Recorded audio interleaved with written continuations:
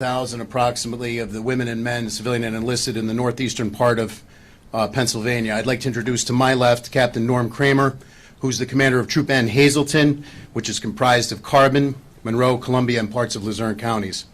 I would like to reiterate, as the colonel said, that Idaho law prohibits any release of information contained within the affidavits.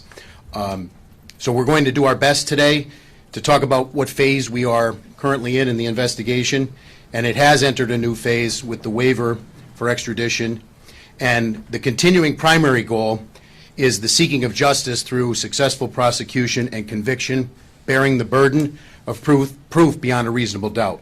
So with that in mind, we're trying to balance essentially two things: the public's desire for information against the need to maintain the integrity of the investigation and protect the suspects, accused at this point's due process. So I'll now attempt to give you an operational picture with the best information I can release at the time. So this begins when the Pennsylvania State Police Bureau of Criminal Investigation troopers were contacted by the FBI about assisting with surveillance of the accused in this case. I'd like to take the opportunity to specifically thank several individuals. Special Agent in Charge Jackie McGuire and Assistant Special Agent in Charge Dave Carter from the Philadelphia Field Division, as well as Supervisory Special Agent Bill Vigorito of the Scranton RA. We're very lucky in PSP to have a collaborative relationship with the Bureau, both in Pennsylvania and beyond, and their people are absolutely excellent. So as the investigation progressed, Troop N Criminal Investigation Section, commanded by Captain Kramer over my left shoulder here, began to collaborate with authorities in Idaho. Specifically, I'd like to acknowledge Lieutenant James Curto, who was here today, Sergeant Anthony Ferdinand, Corporal John Chulak, who is not present with us, and Troopers Leary and Knoll, who are here with us today. It was through this collaboration and the charges pending in Idaho that those troopers were able to obtain search warrants and a fugitive from justice warrant that was prepared here in Monroe County for the location in Chestnut Hill Township and the fugitive from justice warrant for Mr. Kohberger, respectively. I'd like to acknowledge the Monroe County District Attorney, David Christine, as well as First Assistant Mike Mancuso and their entire office. The support that we received was absolutely excellent. Once those warrants were obtained, the Bureau of Emergency and Special Operations, BESO, coordinates our Special Emergency Response Team, CERT. They were selected to serve those warrants, the 3 search warrants and the fugitive from justice warrant. To define what CERT is, it's a full-time tactical team maintained by PSP to deal with high-risk warrant situations, barricades, and other incidents requiring specialized tactical training or other capabilities. From their perspective, we essentially task them to go out and serve a arrest warrant for someone accused of a quadruple murder. They're activated several hundred times a year throughout the Commonwealth. We don't typically hear of their work in a forum like this because they serve the warrant, the person's taken into custody, and they go about their assignment. They are the ultimate professionals. It's a volunteer team. They're highly trained and highly motivated. Captain Norm Kramer, over my left shoulder, was assigned as the top comm for the CERT activation, which means he was responsible for coordinating our tactical preparations. So, tactical assets were then staged in the county, in Monroe County, into the evening of Thursday, December 29th, last Thursday. And in the early hours of Friday, December 30th, those warrants were executed at the location. Mr. Kohberger was taken into custody without incident. The scene was turned over to the FBI Evidence Response Team for processing. Mr. Kohberger was then turned over to the Monroe County Prison, where he has remained in their custody since.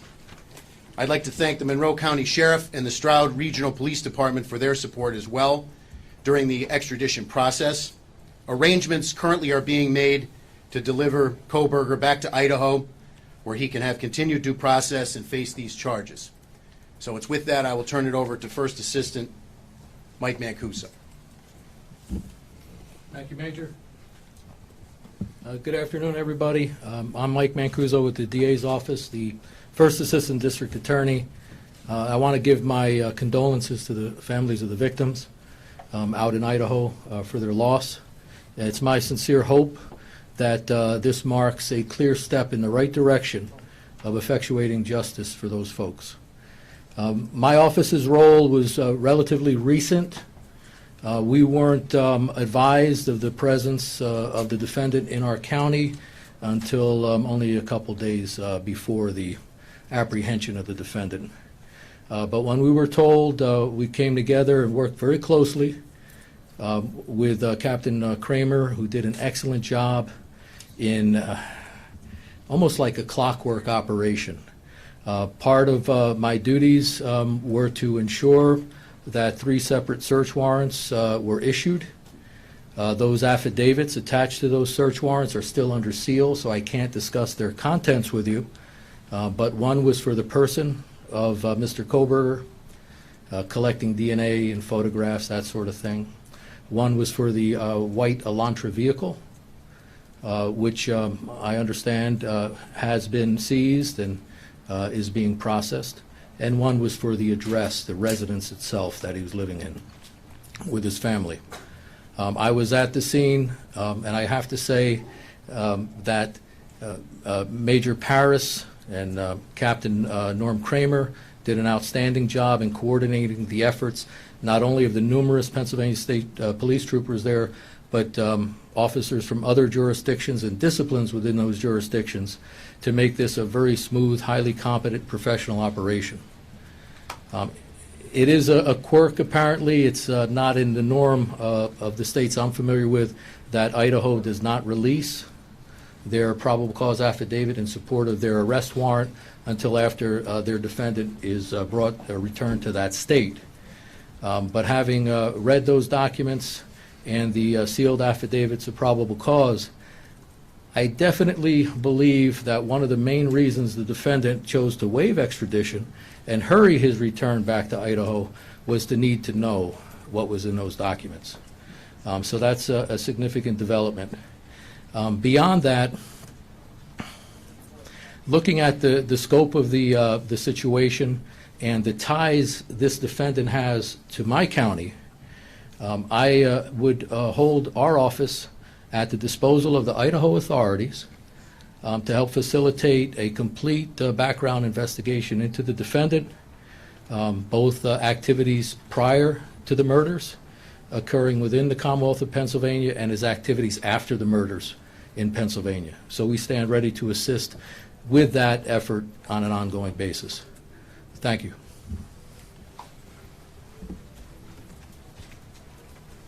We can now open it up for questions. Was the defendant's mother in the courtroom specifically did, or can you give us any indication as to the operations of state police when you were notified? You talk about putting tactical in the area. How long were they there? And what's the? We're not in a position to give you an exact time. It was at some point prior to when the surveillance was taken, as the investigation progressed to a point where search warrants could be obtained and the probable cause for those search warrants and an arrest warrant, a fugitive from justice warrant based on the arrest warrant out in Idaho were obtained. We began to take the tactical steps to plan to serve them. Were you collecting evidence prior to his arrest? At this point, like we said, it's very much pertinent to what's in the affidavits, which we cannot speak about. Can you talk about his demeanor when the arrest actually happened? Present sense impression, as likewise ongoing investigation, can't discuss it. How, Rob Mann from 69 News, how is Kohberger being transported back to Idaho? Those arrangements are being discussed right now, as well as the logistics. The court order says, those of you who heard it today, it's within the next 10 days, so we're currently working on that in coordination with authorities out in Idaho. Sir? Was the defendant's mother in the courtroom? I can't comment. I don't know.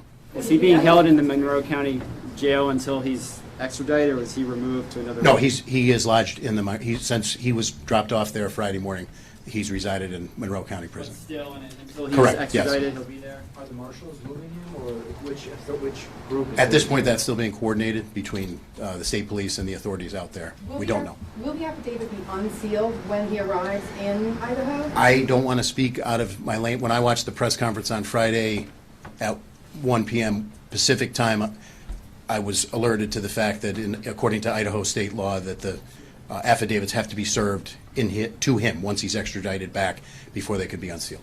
Did he say, has anyone else been arrested? Ongoing investigation. Has the motive been determined? I can't comment on that either. I apologize. Who transports him, sir? Does Pennsylvania State Police, the Monroe County Sheriff's Department? He's presently back. He was transported from the courthouse by Monroe County Sheriff, And the logistics of who's going to transport him out to Idaho are still being discussed. We don't know. Yeah. Can you confirm the time of his arrest and how much law enforcement presence there actually was? I would say it was in the early morning hours of Friday, December 30th. Tactical assets on scene were probably in the neighborhood of 50. Were you afraid he was going to get tipped off before you got him? I would say overall about this entire operation, and the credit goes, this is a part that the state police played humbly. You look at Moscow Police Department, 38 sworn, 19,000 leads, the video evidence that they had to develop in order to put that out, all public source information. But when you talk about the service of a high-risk warrant for someone who's committed or alleged to have committed 4 homicides, there's nothing routine about that. And all of those tactical steps that were taken were in conjunction with the best efforts of the authorities, local, state, and federal, both in Idaho and here, to ensure that we could do it safely and to ensure that we could get him into custody and that those service of the search warrants could occur. Sir, can we ask a question of the first assistant district attorney? Mr. Mancuso, you described having read to a degree the contents of that affidavit of probable cause, and that you possibly speculated or theorized that he wanted to get back to read that as well, since he can't read that. Can you give us an indication, though, of the seriousness of what you did read? I know you can't talk about it, but can you share with us something? Yeah, I can't get into the details, sir, but I can say it involved the defendant's connection to a scene of a crime consisting of 4 murdered people. So that's the significance of it. Can you confirm that there is a connection between Bryan Kohberger and any of the victims? I can't discuss that, ma'am. How confident are you that he is guilty of his crimes? That wouldn't be my place to say. Certainly confident enough that there was ample probable cause for the issuance of the various warrants in the case. What was your reaction when you heard this? You've all talked about, you followed this. This happened states away. When you get that call, or you all get the call, that this person could be right here in your home area, what's your reaction? Well, I was surprised, really, Monroe County of all places. It hits close to home. It's a normal human reaction, I would think, under the circumstances. Do you know when he and his father left Idaho or Washington and drove to Pennsylvania, what that date was? No, I don't know the exact date, ma'am. Approximately, we understand the middle of December, is that correct? I think that's approximate. And what about, we heard reports that they were stopped not once but twice on the highway. Can you elaborate? I'll defer to his Pennsylvania public defender on that. Do you have reason to believe that Kohberger is connected to other crimes and unsolved mysteries in the area? I wouldn't answer that question at this time. We start looking at some that may be unsolved where he was around. That would be a normal thing to do. Question for the PSP here. Said he was taken without incident. Was it safe to say that, I shouldn't say it's safe to say, but did it seem like he was expecting? I wouldn't comment on what his present sense was. I would just comment that the professionalism of the CERT team and their tactical training definitely proved in a situation like this to do it in the most tactically sound and fastest way possible. Was there anybody else in the house at the time? Yes, parents were in the house at the Did time. they say anything to you? Again, present sense impression, I can't comment on that, an ongoing investigation. Do you break down the door? Force was used. The warrants were issued for evening search warrants, which in Pennsylvania requires additional probable cause in order to serve them at the hours of darkness. I would defer to the first assistant to talk about the legal burden that you bear in order to obtain those, but from a tactical standpoint, based upon all of the briefings that we had developed and all of the intelligence we had developed, we thought that was the best time to serve it. And what tipped off that Pennsylvania was involved with this? They were alerted by the FBI. Troopers in the Bureau of Criminal Investigation were alerted. Anything on like his social media pages that tipped anything? I can't comment. I don't know. Have his parents been cooperative in this whole process? Can't comment. Ongoing, like I said. The state police's role here was to serve the warrants and assist with the surveillance, which we've done. We've been part of major investigations. These are men and women who take an oath to protect their communities and the Commonwealth here. We're very humbled with the opportunity that we had, given a case that has really gained international attention, to play a small part in it. And our hat is off to Moscow PD, again, with the the size and the complexity of this investigation and the work that they've done to get us here today, and this is only the beginning of the next step. If it's determined that anyone here in Pennsylvania either helped to conceal or dispose of any evidence, then you would be a part of this case, or would it go to... I would say that we would pledge whatever support we can for ongoing investigations with the Idaho authorities here in Pennsylvania. Absolutely, we would help them in any way we could. Were there any weapons found in the home? I don't want to get into what was actually seized in the house pursuant to the evidentiary nature of it. Can you give any insight into why you all decided to go in overnight to make the arrest? Those are tactical decisions in terms of base surveillance. I don't want to give out too many tactical factors that go into that situation, but obviously surveillance was conducted, and we wanted to go in at a time when we thought it would be the safest for everybody, safest for anybody else in the house, safest for Mr. Kohberger, and safest for our people. There was an interesting question asked earlier about the care that needed to be taken to not tip the suspect off. Could you describe how long that lid had to be on things and how many people were involved in it? Like how many people knew and for how long? So I would say, I would answer the question this way. I don't want to get into a timeline in terms of when we were notified by the FBI and when the surveillance began. Obviously, we know on Thursday night into Friday morning is when the warrants were served. I would say, as a credit to the professionals both standing behind me and others not here, many others not here, the information was held very close, and we did not want to have any situation where Mr. Kohberger potentially would be tipped off. So as a result of that, I would say a close number of approximately 7 to 8 individuals, maybe 10 on the most within the PSP side of this operation knew about it. And for days, can we say? Or? I would say for a period of time. I would not feel comfortable commenting any more than that, for a period of time.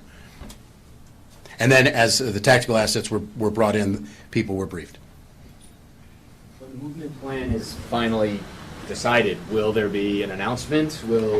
Not from the state police. We would defer to Moscow and the authorities in Idaho. When he starts leaving Pennsylvania. Well, we have security concerns now, obviously, to move any prisoner. Anytime you move somebody from a secure prison to another place, we don't want to. There won't be an announcement from the state police in terms of those logistics, but they're being worked on right now.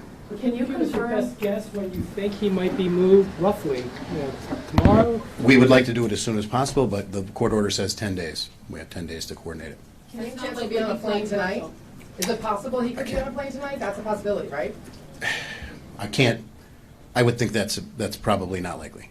A private plane, or would you fly commercially? We're looking into that right now. Can you confirm or deny that a window was broken in order to gain access into the home? There were multiple windows that were broken, I believe, to gain access, as well as multiple doors. I think the video of the house after the fact confirms that, and that would all be part of the tactical plan based on the floor plan of the house, etc., and what the CERT operators would do to serve those warrants. Was this suspect on your radar before, and are you looking at any connections? I wouldn't comment on that based on the ongoing nature. But how about did he have a criminal past? According to the UJS, I didn't see anything. I can't comment on a person's criminal history during an ongoing investigation. Sorry, Mr. Mancuso said that you stand ready to assist in giving a complete background of the defendant. What specifically is law enforcement interested in? That'll be the last question after Mr. Mancuso answers. In any case of this nature, and I've prosecuted a fair share of homicides, double homicides, that sort of thing, you want to look at any evidence of possible motive. You want to look at any evidence of a pattern, of modus operandi or method. You want to get into the subject's character, mental state to the best you can, that sort of thing. So it'll be an all-encompassing effort, which we stand ready for. Okay. How can you do this? We have our ways. Okay, thank you. Thank you. Thanks, everyone. Just for a quick spelling, I'll give everyone the spelling of everyone's name. It was included in the media advisory, but just so we have it.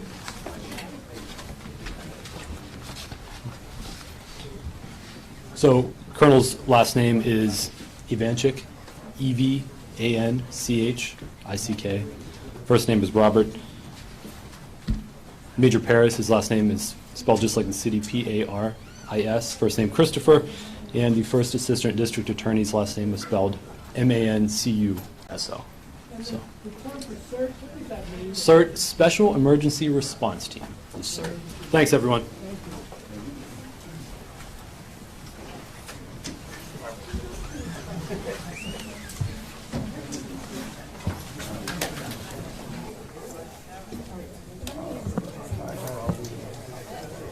Well, Lisa's talking now, so does that mean we're off?